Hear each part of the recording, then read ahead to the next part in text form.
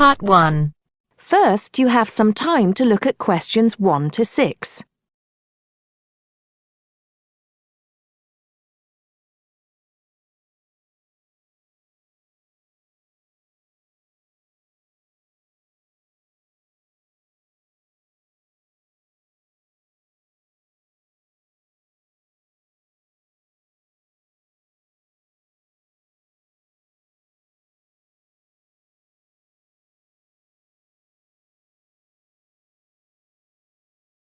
Now listen carefully and answer questions 1 to 6.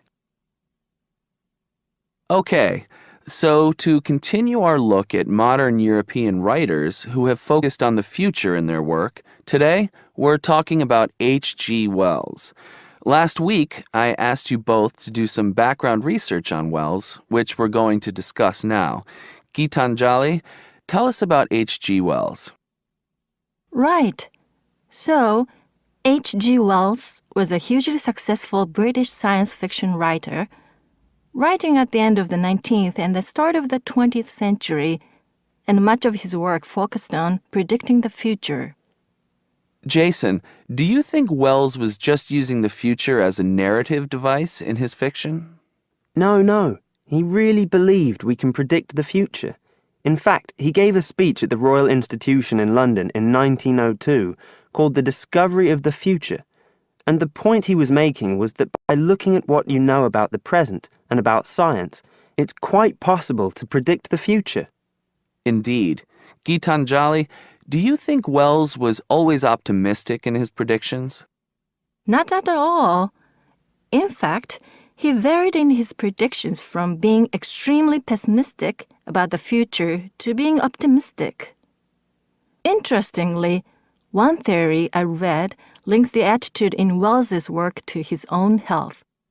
When he was writing The Time Machine, which was published in 1895, he'd just been diagnosed with an incurable fatal disease. Not surprisingly, the book is very pessimistic, being about a dystopia in the future, a long time in the future, the year 802-701 in fact, where there are two races on Earth, the Morlocks and the Eloi, and the Morlocks actually eat the Eloi. I thought it was interesting, though, that it was H.G. Wells who actually came up with the phrase time machine, so despite being pessimistic, the work has had a lasting effect on our culture. Right. After The Time Machine, though, H.G. Wells didn't die, of course, and his recovery might be why he began to be a bit more optimistic about the future. So that brings us to his first utopia, Anticipations. Jason, tell us about that. Well, Anticipations, or to give it its full title, Anticipations of the Reaction of the Mechanical and Scientific Progress upon Human Life and Scientific Thought, was published in 1901 and was set in the New Republic of the year 2000. Some of the things Wells predicts are fairly close to our reality today, including 24-hour news, global telecommunications, and even a European Union. We'll come back to the accuracy of Wells's predictions a little later. Gitanjali, how was Wells's work received at the time? Well, although Wells was extremely successful, not everyone respected his work or his predictions. Another well-known science fiction writer, Jules Verne, viciously attacked him for works such as The First Man in the Moon, which Verne argued weren't rooted in scientific fact at all. That's right. Now, Wells wrote a number of other utopian visions of the future. Jason? Yes, in A Modern Utopia, published in 1905, his vision was of a world where there's no private property, where everyone has access to wonderful healthcare, and interestingly, where everyone's personal information is stored on cards in a central database outside Paris. Apart from the healthcare, I'm not sure everyone today would see that as a positive view of the future. Neither am I. And, on a similar note, Wells strongly believed in population control and in The Shape of Things to Come, which was published in 1933, he sees and supports a world where the population is kept at 2 billion, Once again, I'm not sure most people today would necessarily see that as a good thing. Before you hear the rest of the conversation, you have some time to look at questions 7 to 10.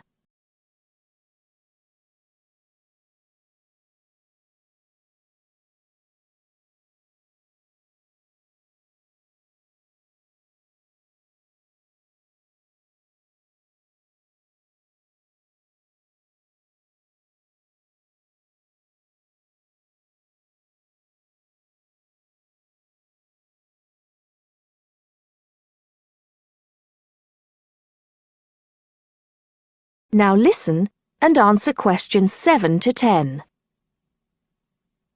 Gitanjali, in your research, did you come across anything about the world brain?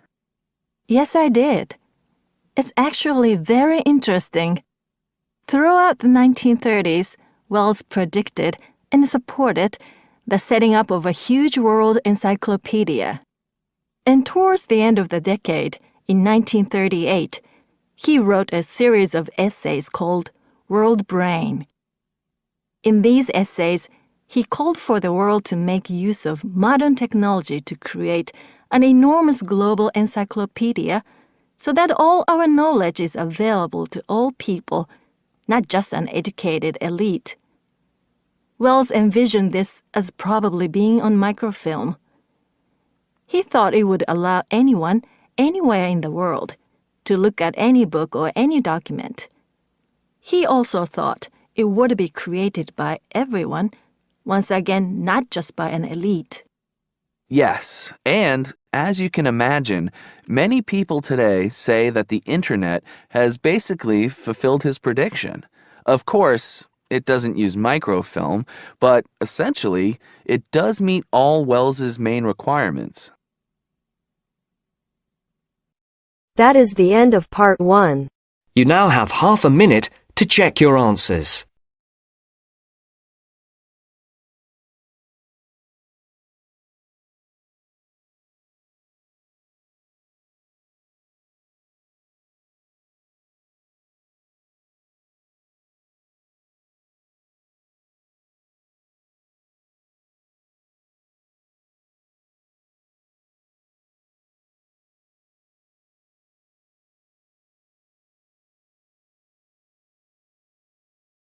Now turns to part 2. Part 2. You are going to hear a lecture about dining services. First, you have some time to look at questions 11 to 14.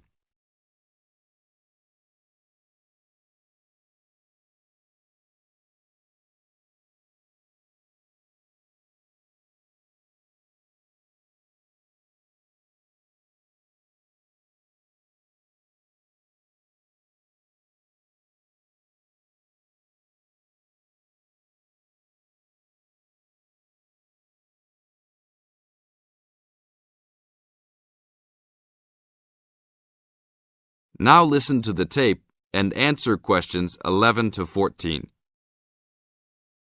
Welcome to the Dining Commons. This is the newest facility on campus, and I'm proud to say, also one of the best. I know that all university students miss eating home-cooked food. Well, this year, we are hoping to provide students with food and services that will make you feel at home, even without your family. The administration has been listening to the voice of the students. Students gave us frequent suggestions last year as to how we could improve the university. One of the most frequent suggestions was improving the dining options. We have been working hard all summer to come up with ideas that will make student life in the dormitories more pleasant. One of the new options we are offering in the dining facilities is variety in student meals.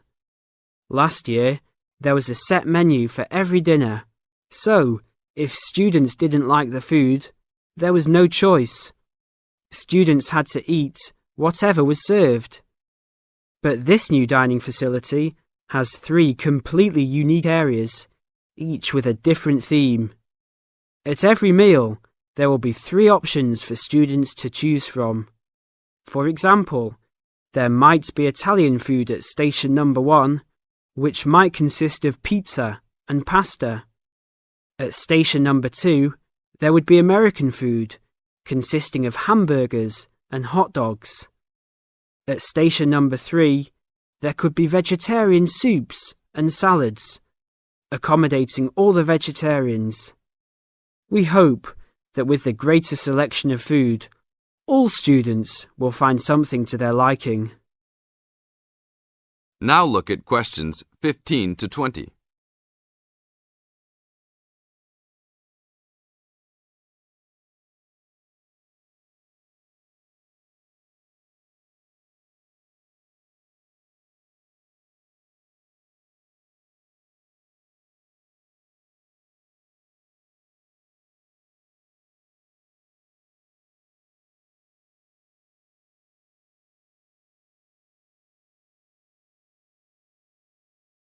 Now listen to the tape and answer questions 15 to 20. Not only will students have more options, the food will also be better. Each section of the facility will have a head chef. These are real chefs that have been trained in culinary school and have been hired specifically by the school to work in the dining facilities. All of the chefs have a speciality. The school is hoping that these chefs will prepare better tasting and more nutritious food.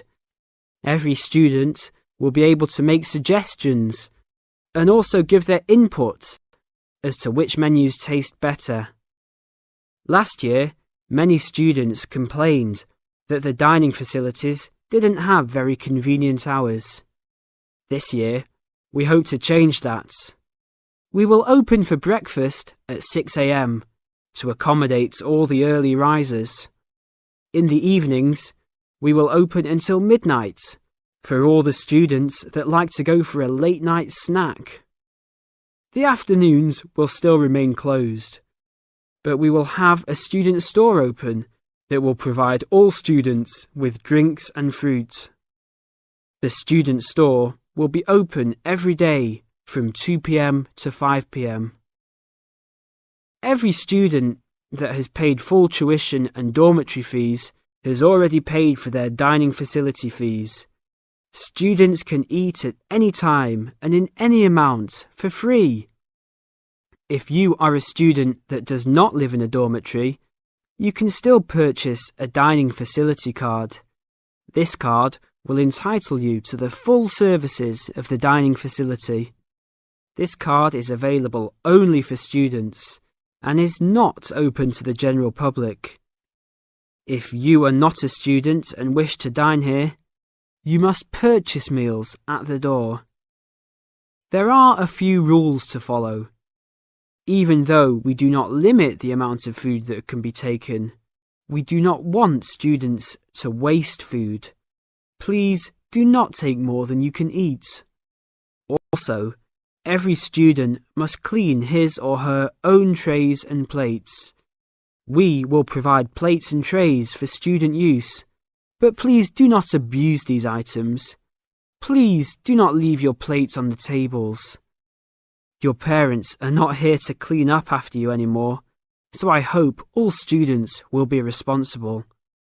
Thank you for your attention and enjoy the upcoming year. That is the end of part 2. You now have half a minute to check your answers.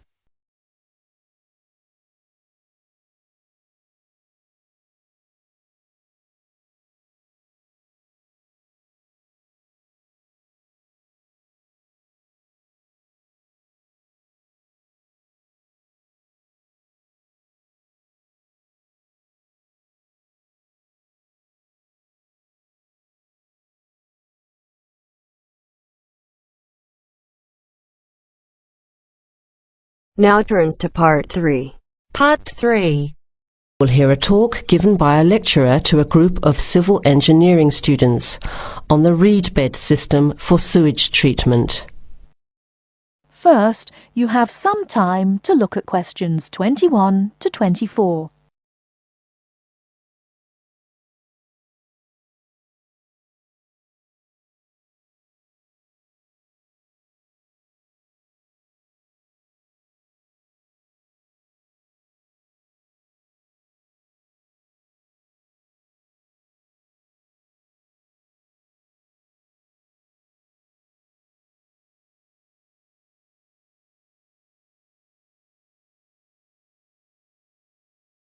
Now, listen carefully and answer questions 21 to 24.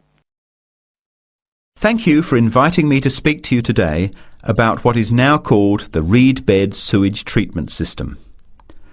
This system uses naturally occurring reeds to treat domestic and industrial waste. It's an environmentally friendly alternative to normal systems. You all know what reeds are like, don't you? Those tall plants with hollow stems that grow in wet places, like marshes, for example. Here's how the system works. First of all, an artificial marsh is created. To do this, holes are dug about 1 metre deep and usually rectangular in shape. They are then lined with clay or plastic, and the liner is covered with gravel. After that, a system of tubing is laid, with holes in it, and more gravel is added to cover that. Finally, reeds are planted in the bed. The sewage is brought to settling tanks. From there, it is distributed to the roots of the reeds through the tubing. Note that the waste material enters the beds underground and remains underground.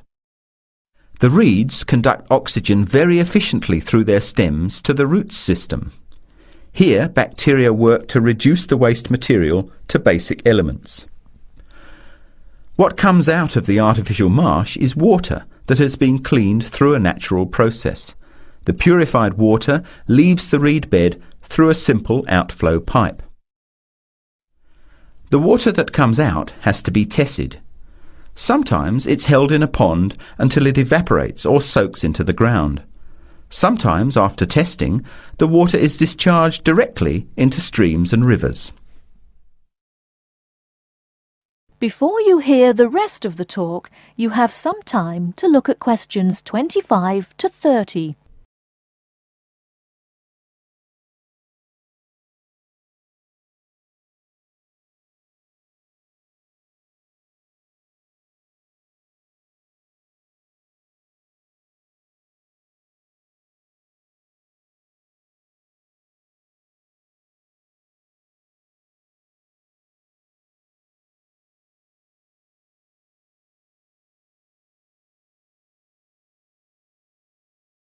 Now listen and answer questions 25 to 30. The reed bed system originated in Germany in the 1970s, and installations have been built in a number of countries throughout the world. To give you an idea of the size and appearance of a reed bed installation, an area of 3 by 5 metres approximately would be adequate for a single house. It would look like a pond overgrown with reeds. There are cities with 150,000 people in Germany whose entire sewage treatment requirements are served by reed bed installations which extend for 10 to 20 hectares. There are two wonderful environmental advantages. First of all, reed bed systems are natural composters. As time passes, high-grade soil builds up in the beds. The soil can be removed and used for agricultural purposes. Soil produced from waste containing heavy metals would of course have to be tested and the toxic material removed by chemical processes. An additional advantage is that the reed bed can function exactly as a marsh, providing a healthy natural home or habitat for waterfowl and other birds, insects, reptiles and mammals. But there are practical advantages to a reed bed system over existing sewage treatment plants as well. At all levels, the cost is lower than for normal systems. Labour costs are a fraction of the costs of a conventional system. Typically, a large-scale reed bed installation will cost 10% less than a mechanical system. They require little maintenance, and unlike mechanical systems, the efficiency of reed beds increases over time.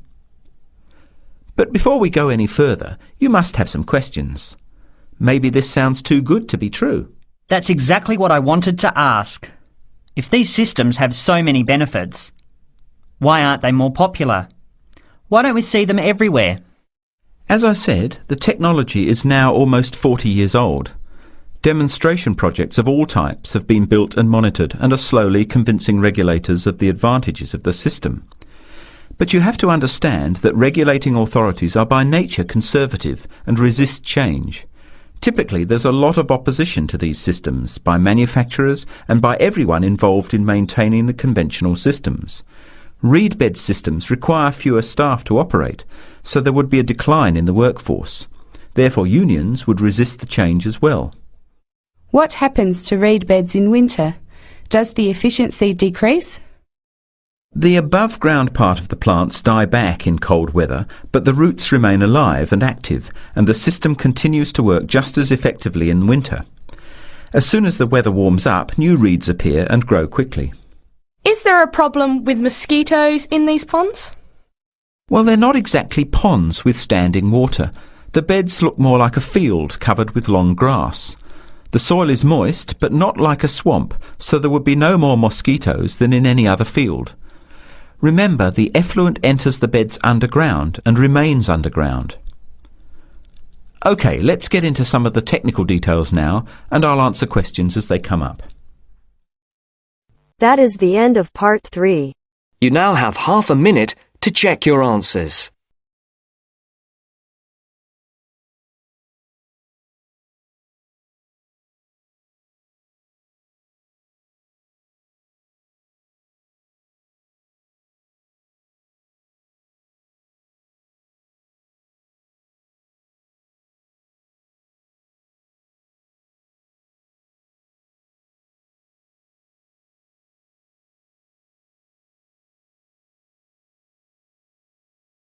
Now turns to part 4. Part 4. You are going to hear a lecture about dorm rooms. First, you have some time to look at questions 31 to 40.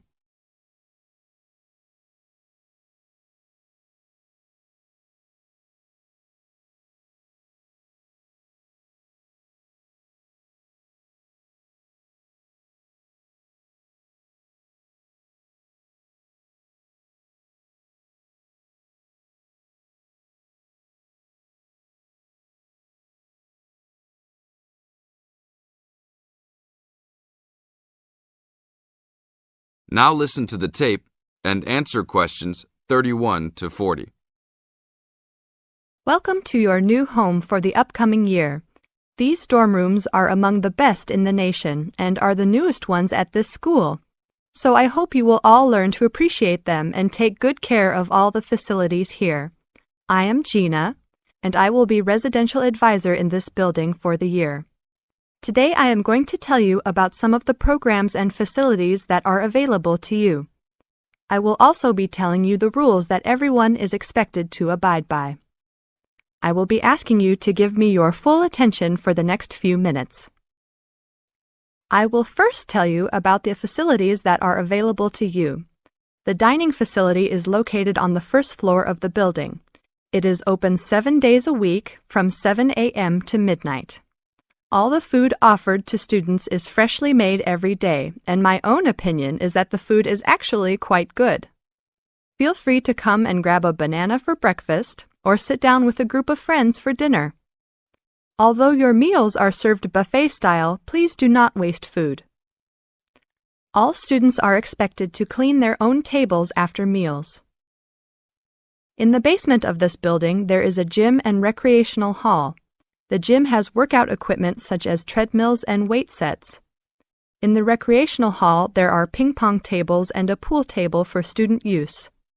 You must sign in when using this equipment, and you will be held responsible for any damages or losses. The gym and recreational hall are open daily from 10 a.m. to 10 p.m. There is a kitchen located on the second floor of this building. Your dorm key will open this door. Inside there is a refrigerator, a microwave, an oven, and a stove. This room is open 24 hours a day, 7 days a week. If you decide to cook a meal, please be considerate to all the students and clean up after yourself. You can use some food in here, but please do not make a mess. Some students do end up having their food eaten from the fridge, so be careful. Don't leave anything that looks like it tastes really good. Do not leave pots and pans lying around in the kitchen. Please store these in your room. There are many programs being sponsored by our building this year. One of the most popular is our Saturday morning outings. In the past years, these trips have included going fishing, hiking, cycling, ice skating, and even going to the beach. There will be a listing of scheduled events coming out soon. The university sponsors these trips, so transportation will be provided. However, there are usually some costs associated, though they are usually minimal. Our building also has a volleyball team. All students who live in this building are welcome to join. Last year we won first place in the dorm league. Please sign up at the front desk if you are interested as soon as possible, as there are only 20 spaces available based on a first-come, first-served rule. The last things I want to talk about are the rules of our building. I know rules can be boring, but they are necessary to ensure the welfare of everyone living here. First, noise levels must be kept to a minimum after 11 p.m. Many students have early classes, so for those of you that have the luxury of sleeping until 10, please don't stay up late making lots of noise. Secondly, all visitors must sign in at the front door. Even if you have friends that are regular visitors, they must still always sign in. This rule is to prevent theft and robbery from occurring. Thirdly, alcohol and drugs are not permitted in this dorm in any place or at any time. Lastly, just be safe and have a great time. University is the greatest time of your life, so make the most of it. Thank you all for your attention. That is the end of part 4. You now have half a minute to check your answers.